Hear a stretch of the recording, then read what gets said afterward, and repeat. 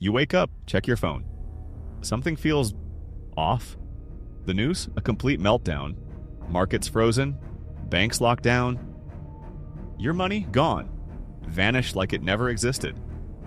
What if I told you this wasn't a random crash, but a controlled demolition?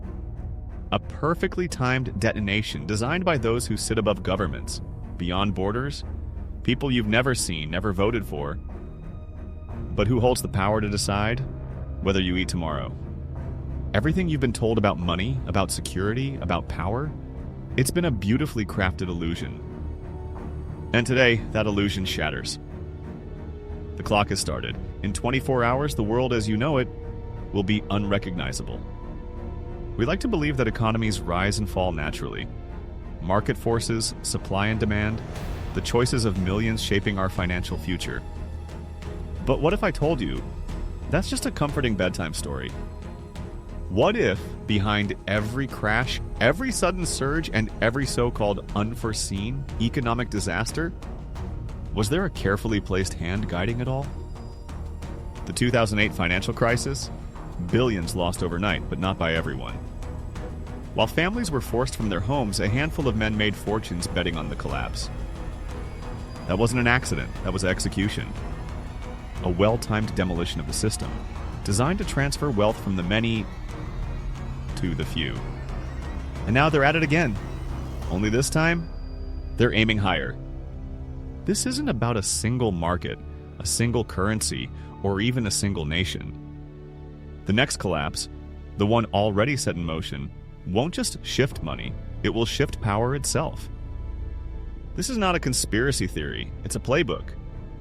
One that's been used time and time again. And the final chapter? It's already being written.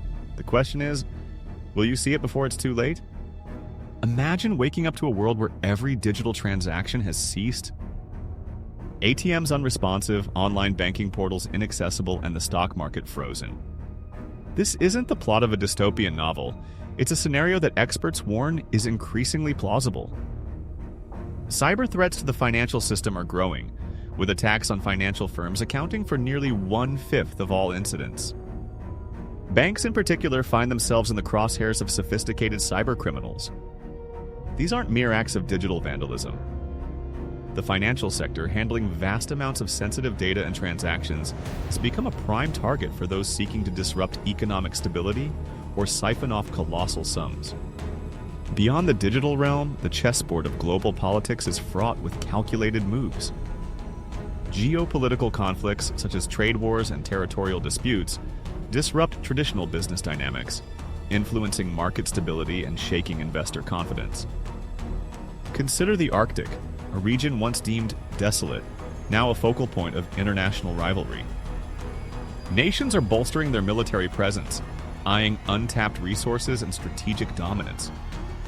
Russian President Vladimir Putin has highlighted increasing geopolitical rivalries in the Arctic, emphasizing Russia's commitment to its sovereignty by enhancing its military capabilities. In our interconnected era, the backbone of global communication and commerce rests upon a fragile digital infrastructure. The looming advent of quantum computing threatens to dismantle current encryption methods, potentially exposing sensitive data and critical systems. The so-called Q-Day could render traditional cybersecurity measures obsolete, leading to unprecedented vulnerabilities. Imagine the chaos if these technological linchpins were to fail, not by chance, but by design. The collapse of critical infrastructures like the internet or satellite networks could cripple economies, disrupt daily life, and erode public trust in institutions. These scenarios aren't distant threats. They are clear and present dangers. The convergence of cyber vulnerabilities, geopolitical machinations, and technological upheavals sets the stage for a potential upheaval unlike any before. The question remains, are we mere pawns in a grander scheme, or can we anticipate and avert the impending crisis? It's a typical morning on Wall Street. Investors sip their coffee, scanning the day's forecast. But as the clock strikes 9:30, an unexpected tremor shakes the financial world. In mere moments, the Dow Jones plummets over 1,000 points. Panic spreads like wildfire. Traders scramble, phones ringing off the hook. The unthinkable unfolds before their eyes. From Tokyo to London, stock markets mirror the collapse. Trillions of dollars evaporate within hours. Retirement funds, college savings, life investments, wiped out in the blink of an eye. As financial institutions crumble, the public's confidence shatters. Banks impose withdrawal limits. Credit cards cease to function. The very fabric of daily life begins to unravel. Desperation breeds chaos. Communities once bound by trust descend into turmoil. The thin veneer of civilization cracks under the weight of uncertainty. Amid the disorder, voices emerge from the shadows. Whistleblowers step forward, alleging that this catastrophe was no accident. Leaked evidence suggests a web of deceit. Major financial institutions have been accused of manipulating markets and violating regulations designed to safeguard the economy. The revelations ignite a firestorm. Investigations launched, reputations tarnished. Yet, for the millions affected, the damage is already done. As the world grapples with the aftermath, one question lingers. Was this a mere failure of the system, or a deliberate orchestration by unseen hands? In the aftermath of global upheaval, as societies teeter on the brink, a narrative emerges, one that suggests a deliberate orchestration by those in power. Could it be that the chaos is not a byproduct of unforeseen events, but a calculated move towards a new societal structure? Throughout history, moments of crisis have often paved the way for significant shifts in governance and economic control. Some argue that these transitions are not mere coincidences, but are strategically engineered by a select group aiming to consolidate power. Consider the rapid introduction of sweeping reforms during times of distress.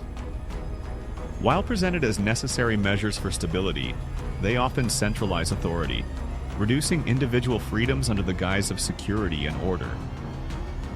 The mainstream media, entrusted with informing the public, sometimes appears to echo a singular narrative.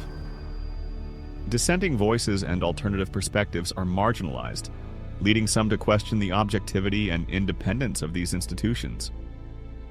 Decisions were made behind closed doors that would shock the average citizen. The public narrative is often a carefully constructed facade. I was part of meetings where the outcomes of spontaneous events were predetermined. It's all about control. Leaked documents and whistleblower testimonies hint at a coordinated effort to manipulate events, suggesting that what is presented as a reaction to crises may be a premeditated strategy. As we navigate these turbulent times, one must ponder: are we witnessing the natural course of history, or are we pawns in a grand design, meticulously crafted by unseen architects? In the shadows of our daily lives, an unprecedented threat looms. A threat that could dismantle the global economy within a single day. This is not a distant possibility, but an imminent reality we must confront now.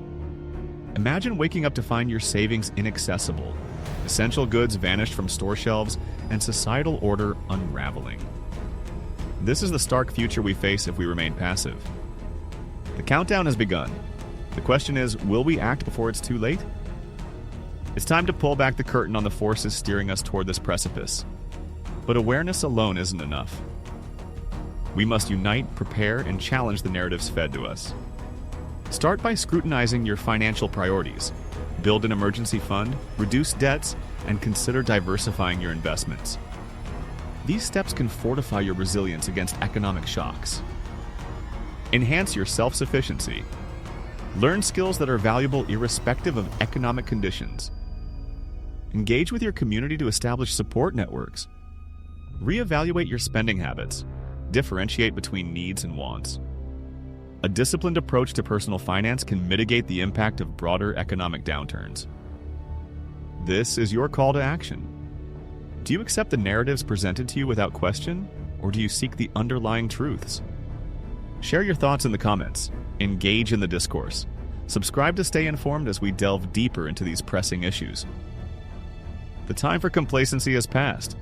Our collective vigilance and preparedness are our strongest defenses against the looming collapse. Will you rise to the challenge, or will you stand idle as the foundations crumble?